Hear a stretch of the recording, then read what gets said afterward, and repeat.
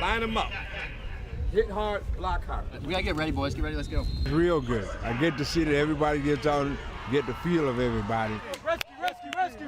Good work, Tyler. Toma's the thing that for the around the area to make sure that we're all set. We play like family. Every time they play, no matter where they go, I'm right behind them. That's a lot of spirit. I love football. This is what you live for in high school sports.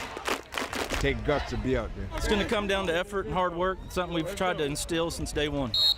They're gonna show up, trust me. Friday night lights. Time to play football. Oh yeah! The Coast Guard will be on the lookout for illegal charter boats in and around the Charleston Harbor. They say it's an issue along the coast, a dangerous issue. Does anyone want to come up here? 142, Roger, scanning your guard. Another day on the water, but this weekend, the Coast Guard is on a mission.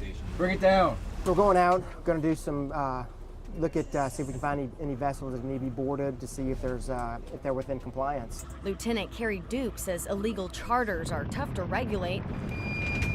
All right, well, we'll go in. Cities like Charleston are ripe for the business of boating. Oh, yeah. It varies. You've got everything from fishing, people going out on sunset cruises. You've got the bachelorette parties. Carrie, pleasure. Hey, buddy.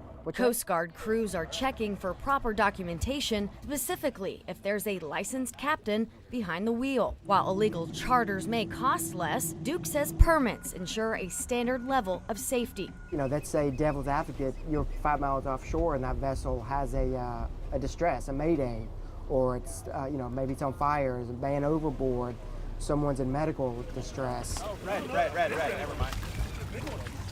Officials say passengers should do their homework. Visitors like Mark Latursky are familiar with the rules. It's important because he's 9 years old and I'm his dad. He and his son didn't mind a quick check before setting off on a shark fishing trip.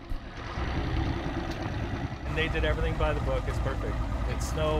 Actually, we appreciate them coming on board, especially with a little guy. The captain had everything in order before we left, but it's good to know that it's checked. The Coast Guard does conduct sting operations fairly often, but ultimately they say they need the public's help to shut illegal operations down. Reporting downtown Charleston, I'm Caroline Balchunas.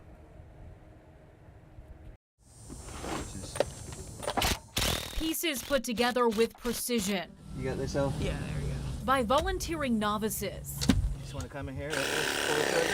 Oh, I can do that. You can do this whole thing by yourself. Mary Beth is part of a mission called Soul in the City. I don't think it's moving. Her efforts still make better mobility possible for the owner of this Mount Pleasant home. This is my first time building a ramp. The heat and humidity paired with dry weather to start is a blessing for those young folks hard at work under the guidance of professionals. Looks like you've done that before. I have. We built a basketball hoop with a 4-foot deep hole. Combining effort, bettering lives through Operation Home for 20 years. And we're going to do the same thing what we're doing right here, right there. A deeper foundation created for hundreds of low-country families. Last year we did 40 handicap ramps. It's funny, we'll build ramps, and the family will be here, and they'll have little kids, you know. They're thinking that we're building a ramp. They're wondering where the half pipe is at the end of the day. Work was already going at a brisk but coordinated pace. Best thing we can do is just do this as quick as possible just to finish it up. Yet the rain's arrival was also a mixed blessing. Guys, y'all are awesome. Woo! When it was sprinkling, it was okay. Now, not really anymore. Today's work paused for weather, but the right steps remain in place. Steady prep for a rough but important ride with the Army Corps of Engineers. Most days it's like this. Navigation for bigger ships in Charleston Harbor is getting better each day. We're deepening the harbor by 7 feet to improve transportation. Those large container ships carry substantial revenue in and out of the Lowcountry shipping channel. A little scary. And soon, those ships will have even fewer shipping lane detours to worry about. There won't be the tidal restriction.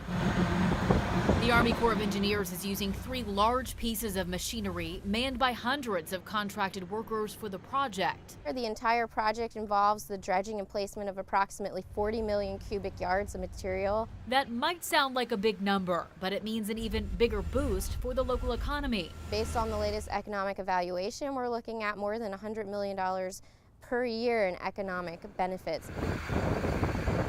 And it's those benefits that Navy veteran Sonia Tyson is proud to be working toward for the Lowcountry. So it's home. So, you know, to be able to help take care of something and help see something grow that I'm proud of, then, you know, it's a job well done.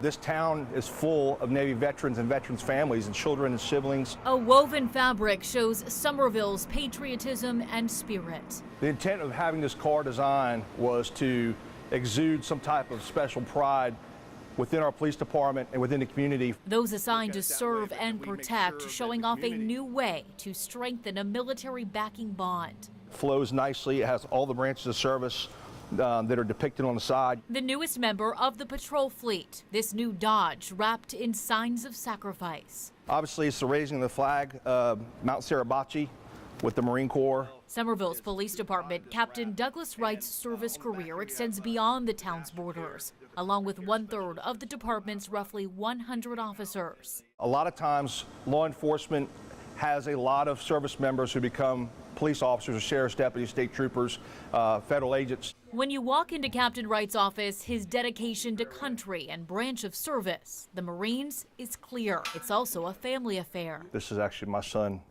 who graduates Friday from Parris Island.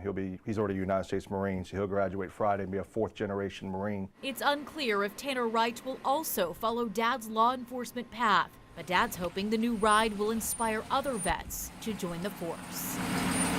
We want to trigger a response in veterans to say, you know what, that's cool, I want to do that.